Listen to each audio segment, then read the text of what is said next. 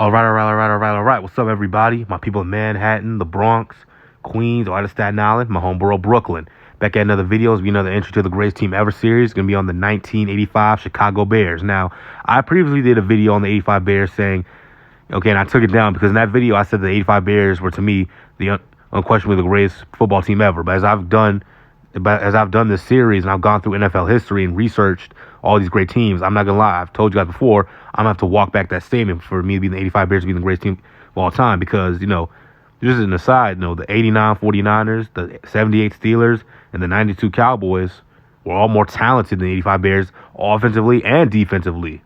Okay, the Bears were all-time great defense, but offensively, they had good players, but no, not like the Steelers in the 70s, not like the Niners in the 80s, or the Cowboys in 92, all these other great teams. But, let's get into this, the 85 Bears. Now, the previous year in the playoffs, they played the 49ers in the NFC Championship game and lost. They got shut out 23-0 in Candlestick Park. And towards the end of the game, the 49ers head coach Bill Walsh, God rest his soul, Hall of Famer, he put in his backup, or one of his starting linemen, Guy McIntyre, in at fullback to humiliate the Bears. And that started a vengeance. In 85 defense, their Bears with their legendary 46 defense. With the 46 defense had Dan Hampton and defensive end Richard Dent at defensive end. They're both in the Hall of Fame. And defensive tackles rookie William the Refrigerator Perry, who became a cultural phenomenon that year, and Steve Mongo McMichael. And of course, in the middle linebackers, you had Mike Singletary, you had Otis Wilson, number 55, you had Wilbur Marshall, number 58. And then in the secondary, you had guys like Gary Fensick and Dave Duerson at safety. You had Leslie Frazier and Mike Richardson as the starting cornerbacks. Here, so the Bears were legit. The 46 defense was about unleashing overwhelming numbers on blockers who wouldn't be expecting it. Okay, that was the team, the 46 defense. Anyway, the 85 Bears, and they had the league's second-ranked offense, led by these two right here, quarterback Jim McMahon and Hall of Fame running back Walter Payton, who's arguably not only the greatest running back ever, but arguably the greatest football player ever. He was the league's all-time lead rusher up until his retirement, and of course, Emmitt Smith surpassed him. And the wide receiver, they had Willie Gault, a speedy wide receiver, and on the offensive line they had their left tackle Jimbo Cover, who protected Jim McMahon. He also protected Dan Marino at college at Pitt. Man, with 85 Bears started the season 13-0. They annihilated teams. They annihilated the Patriots in the regular season 27. Blew out the Redskins 45-10. Okay, blew out the 49ers 26-10. Get revenge 23-7 over the Packers, 27-9 over the Vikings. They had back-to-back shutouts over the Dallas Cowboys and Dallas on Thanksgiving, 44-0. Played the Falcons in Chicago, beat them 36-0. Their first loss of the season came on Monday Night Football to the Miami Dolphins.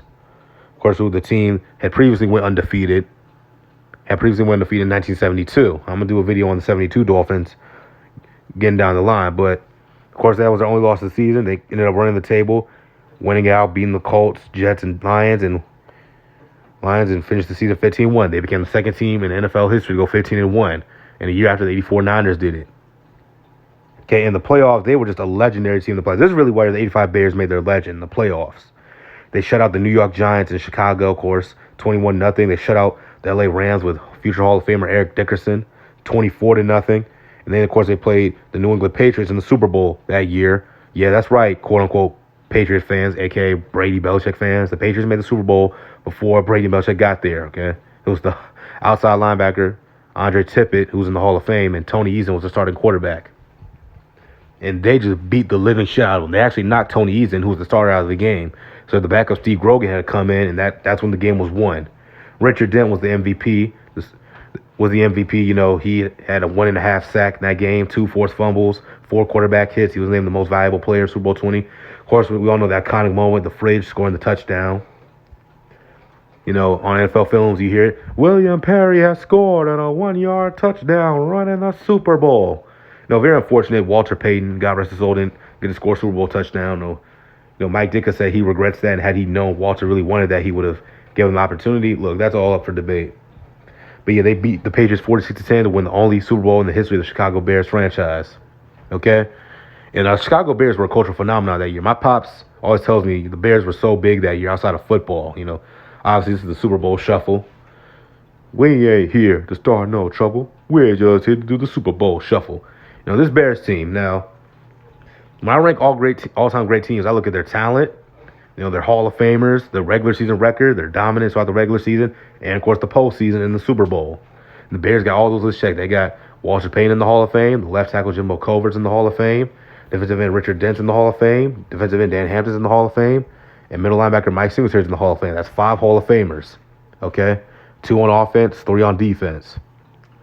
Mike Singletary was the Defensive Player of the Year in '85, by the way. The head coach Mike Ditka's in the Hall of Fame, but he's in as a player. But people also recognize his greatness as a coach for the Bears. Just the Bears, Obviously, I said they went 15-1. They dominated the playoffs. So, are the '85 Bears the greatest team ever? I don't know. It's up to you. Comment down below if they are. Click the like button, subscribe. Like I said, this is the re-upload. It's the redo. Because in my last video, I said the '85. Because in the original video I did, I said the '85 Bears were the greatest. But now, as I've done this series, I've, kind of had to walk that back. A lot of these teams, look, the '85 Bears were a great defense. But, a lot of these teams, they had great defenses and great offenses as well. But, comment on, of course, there's the late great defensive coordinator, Buddy Ryan, the mastermind of the 46 defense who left after this season to be the head coach of the Philadelphia Eagles, all right? And here they are, years later, in 2011, of course, Green Barack Obama. They couldn't go to the Super Bowl or go to the White House that year because, that was the year after the space shuttle disaster. The Challenger exploded. So, God rest those people's souls. But I'm going to see you all.